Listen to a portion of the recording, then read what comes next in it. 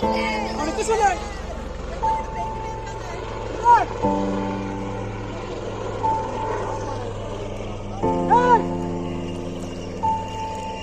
அது ஃபுல் ஆயிடுச்சு நினைக்கிறேன்.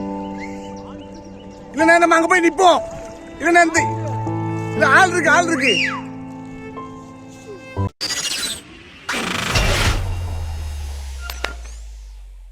இந்த மனசுதான் சார் கடவுள் அப்படிங்கிற அளவுக்கு தான் நம்ம மாரி செல்வராஜ் அவர்களுடைய செயல்பாடுகள்லாம் இருக்கு. மாரி செல்வராஜ் அவர்களுடைய நேட்டிவ் பிளேஸ் தான் திருநெல்வேலி. இந்த இடத்துல ரீசெண்டா ஒரு பெரிய புயல் வந்தது மட்டும் இல்லாம அங்க இருந்த நிறைய பேரோட வாழ்வாதாரமே பாதிக்கப்பட்டு சாப்பிட்றதுக்கு ஒருவேளை சாப்பாடு இல்லாம உடுத்த உடை இல்லாம எவ்வளோ மக்கள் கஷ்டப்பட்டுக்கிட்டு இருக்காங்க அப்படிங்கிறத நம்ம எல்லாருமே தொடர்ந்து ஒரு 2-3 நாளா நியூஸ்லலாம் பார்த்துக்கிட்டு தான் இருக்கோம்.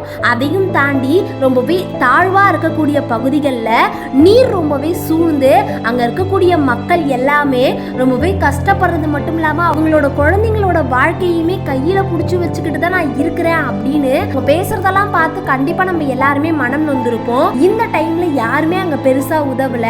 ஆனா நம்ம மாரி செல்வராஜ் அவர்கள் அந்த இடங்களுக்கெல்லாம் போய் அங்க இருக்கக்கூடிய ஒவ்வொரு மக்களையுமே தன்னோட கூட பிறந்த சகோதரர்கள் சகோதரிகள் மாதிரி ரொம்பவே அழகா கூட்டிட்டு வந்து அவரால முடிஞ்ச ஹெல்ப்பை ஒவ்வொருத்தங்களுக்கா வந்து பண்ணிக்கிட்டு இருக்காரு. கடவுள் நொட்டினாரு.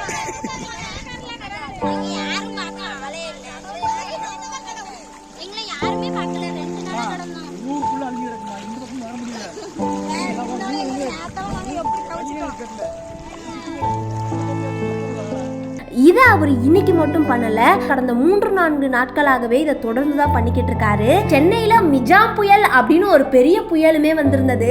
புயல் வந்து ஒரு 4-5 நாள் வரைக்குமே யாருமே பெருசா ஹெல்ப் பண்ணல.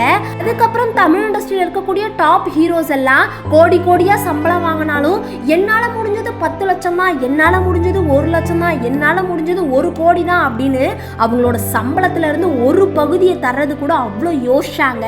அவங்க யாருமே அந்த மழைநீர் சூழ்ந்த இடத்துக்கு வந்து அங்க இருக்கக்கூடிய ஒரு மக்களையுமே வந்து சேவ் பண்ணல.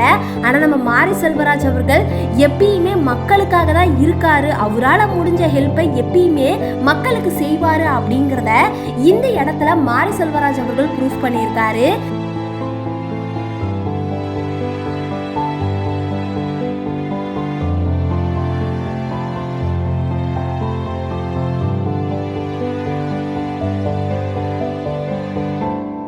இந்த வீடியோ பார்த்துட்டு இருக்க நீங்க இதை பத்தி என்ன நினைக்கிறீங்க அப்படிங்கிறத கீழே இருக்க கமெண்ட் பாக்ஸ்ல சொல்லுங்க. இந்த வீடியோ உங்களுக்கு பிடிச்சிருந்ததுன்னா லைக் பண்ணுங்க, கமெண்ட் பண்ணுங்க, ஷேர் பண்ணுங்க. மறக்காம பிசி டிஜிட்டல் டெலிவிஷன் சேனலை சப்ஸ்கிரைப் பண்ணிக்கோங்க.